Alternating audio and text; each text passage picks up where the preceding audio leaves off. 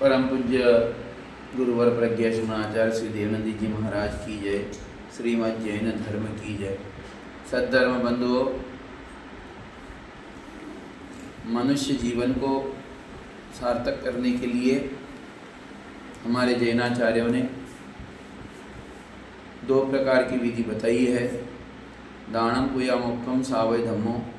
दान और पूजा करना ये श्रावक का धर्म है, और श्रावक धर्म के अंदर श्रावक और श्राविकाओं के लिए एक ही प्रकार का धर्म बताया है, कोई अलग अलग नहीं है। ऐसा नहीं है कि पुरुष अभिषेक करे और श्राविका पूजा करे। जितना अधिकार पुरुषों के लिए अभिषेक करने का है, उतना ही अधिकार महिलाओं के लिए भी अभिषेक करने का है। और जिन आगम में तर्क संगत भी है, क्योंकि अगर हम कहेंगे कि महिलाएं अशुद्ध होती है या महिलाएं मोक्ष नहीं जा सकती है, इसलिए वो अभिषेक नहीं कर सकती, तो यह तर्क खंडित होता है। क्योंकि इस पंचम काल में पुरुष भी मोक्ष को नहीं जाता है, तो फिर पुरुषों के लिए भी अभिषेक करने के लिए बाध्य नहीं होगा।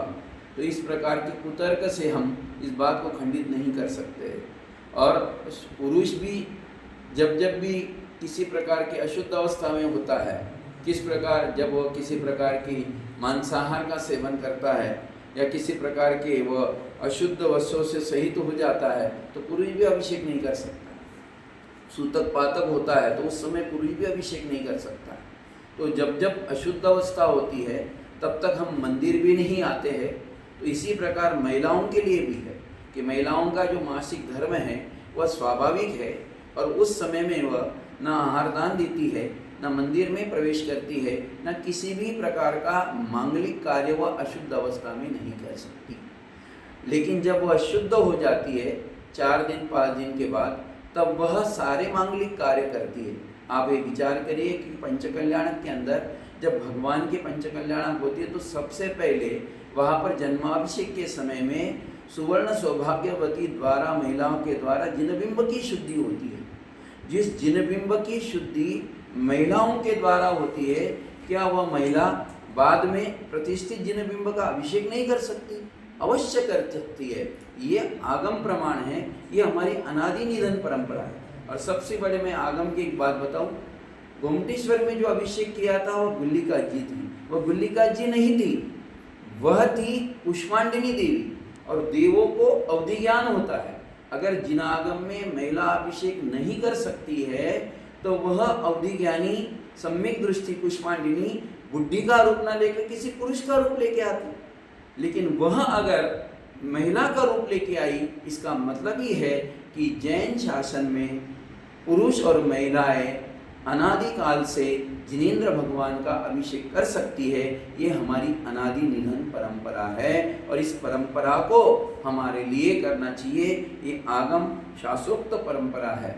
कोई कहता है कि महिलाओं के लिए 5 हाथ 7 हाथ दूरी से भगवान के दर्शन करना चाहिए, तो ऐसा नहीं। अगर ये नियम हम लगाते हैं तो फिर हमारे लिए आहार दान के समय भी ये नियम लगाना पड़ेगा कि हम 7 हाथ दूर से आहार दान दें।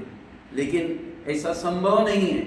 इसका मतलब ही है कि हम आहार दान और अभिषेक के लिए जैसे पुरुष भगवान के अभिषेक और आहार दान कर सकते हैं, वैसे महिलाएं भी कर सकती है। इसमें किसी भी प्रकार से आगम से बाधा नहीं आती है, तर्क से बाधा नहीं आती है, शास्त्र से बाधा नहीं आती है। न हमारे पूर्वाचार्य वर्तमान में आचार्य शांति सागर महाराज जी जब थे, तो उनके समय में उनके सचिवालय में और आज कुंथलगिरी सिद्ध क्षेत्र पर उनके सामने महिलाएं और पुरुष दोनों भी कुलभूषण देशवन मुनिराजों का अभिषेक करते हैं। ऐसे यूट्यूब पर आज भी वह क्लिप अवेलेबल है, आप लोग देख सकते हैं। ऐसे अनेक प्रमाण हैं। आचार्य देशभूषण महाराज, आचार्य महावीर कीर्ति महाराज, वर्तमान के जो बड़े बड़े आचार्य हुए, आचार्य विद्यानंदी महाराज, जिनके सानिध्य में सहस्राब्दी महोत्सव हुआ था, तो इनके सानिध्य में इन्होंने कभी भी किसी भी प्रकार से महिलाओं के लिए ये बाध्य नहीं किया कि आप अभिषेक नहीं कर सकते हैं। तो ये हमारी आगम परंपरा है, शास्त्र परंपरा है, अनादि परंपरा है। तो आप इस परंपरा का निर्वाह करें। आप सबका कल्याण हो।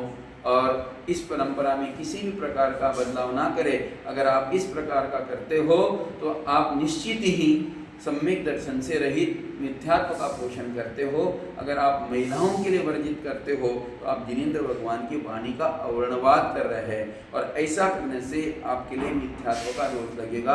अगर आपको मिथ्यात्व से बचना है तो इसका विरोध न करके इसका पोषण करें, और सभी महिलाओं के लिए अभिषेक करने के लिए आप प्रावधान करें। ऐसा मांगलिक आशीर्वाद देते हुए आप सबकी कल्याण की भावना भाते हुए आप सभी का कल्याण हो और महिला शक्ति को जागरूक करे, वह आप सबका कल्याण होगा।